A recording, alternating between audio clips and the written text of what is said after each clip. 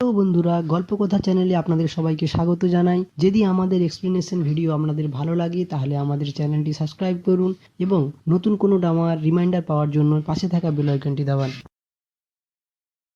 আজ আমরা দেখব 2021 সালে মুক্তি পাওয়া একটি কোরিয়ান মাস্টারপিস ড্রামা, যা আমার দেখা অন্যতম একটি সেরা রমকম ড্রামা, যার আইএমডিবি রেটিং 8.4/10।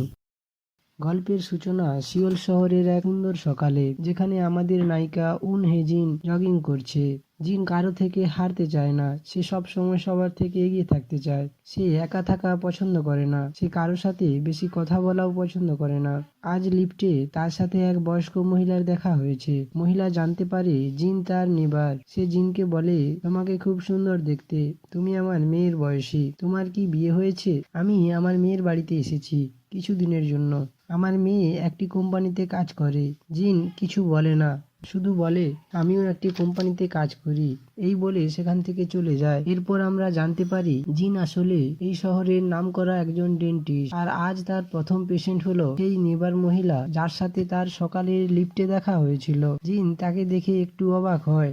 এরপর মহিলা খুব খুশি হয়, কারণ জিন তার খুব কম খরচে ভালো ট্রিটমেন্ট করেছে বলে। তারপর জিন তার কলিগের সাথে বসে একটি ম্যাগাজিনে তার স্বপ্নের এক জুতো জোড়ার ছবি দেখছিল। সেই সময় পেছন থেকে তার চিফ ডক্টর এসে তাকে ডাক দেয় এবং তাকে বকাবকি করে, কারণ সে তার সেই নিবার মহিলার চিকিৎসা অনেক কম পয়সায় করেছে বলে। জিন বলে, আমার পেশেন্টের আমি কি চিকিৎসা করব সেটা আমার ব্যাপার, কারণ উনি আমার পেশেন্ট। জিন পরের দিন জানতে পারে সেই মহিলাকে তার চিফ ডক্টর নিজের আন্ডারে নিয়ে নিয়েছে, যার ফলে জিন খুব রেগে তার চিফ ডক্টরের কাছে যায় এবং বলে, এই হসপিটালে বেশিরভাগ পেশেন্টই আমার। আপনি একজন খুব লোভী মহিলা, লোকের ভুলভাল চিকিৎসা করেন লোকের কাছ থেকে বেশি টাকা নেওয়ার জন্য।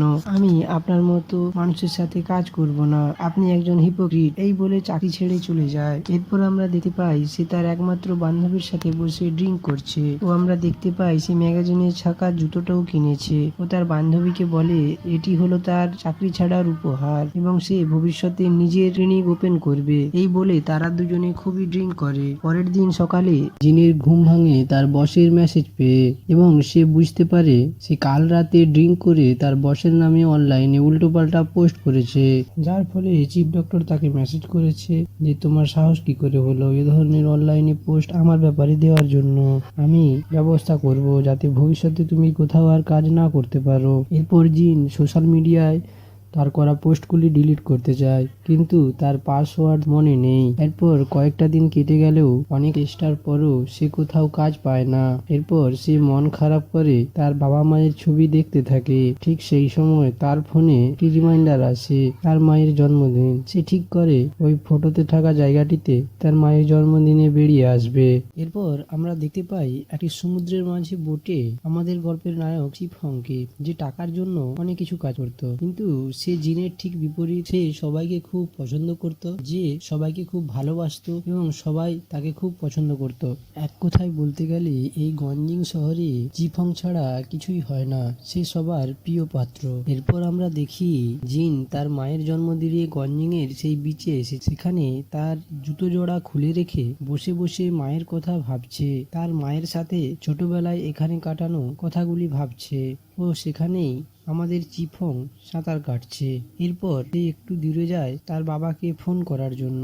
তার বাবার সাথে তার সম্পর্ক ভালো নয়, কারণ তার মা মারা যাওয়ার পর তার বাবা আবার একটি বিয়ে করেছে। ফিরে এসে জিন লক্ষ্য করে তার জুতো জোড়া আর সেখানে নেই।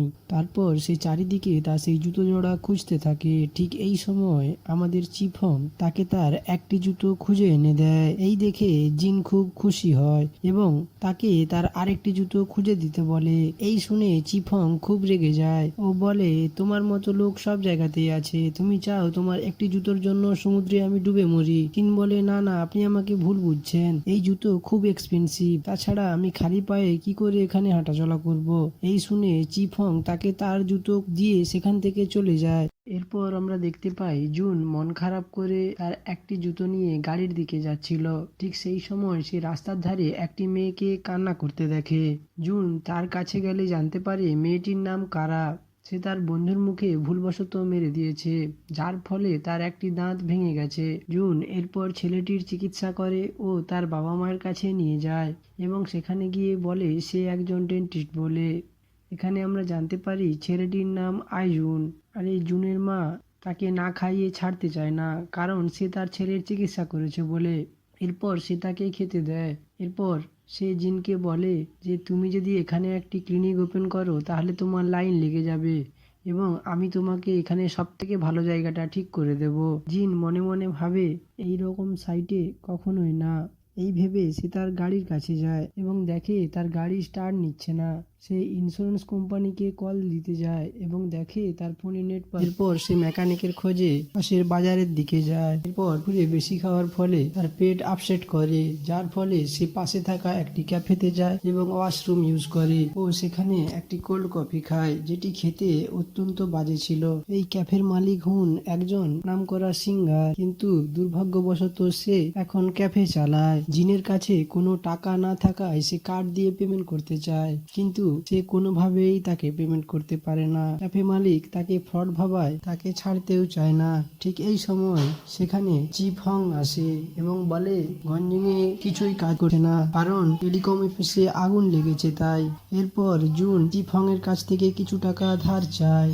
সে বলে আমি তোমাকে সিওলে গিয়ে টাকা পাঠিয়ে দেব, কিন্তু চিফ হং তাকে বলে তুমি যদি টাকা চাও তাহলে আমার পিছু এসো। এই বলে সে জুনকে সারা শহর ঘোরাতে থাকে এবং তার সামনে যার সঙ্গেই দেখা হয় সে সবাইকে সতর্ক করে যে টেলিকম অফিসে আগুন লাগার জন্য গঞ্জিং শহর ফ্রিজ হয়ে আছে, কেউ যেন অহেতুক চিন্তা না করে।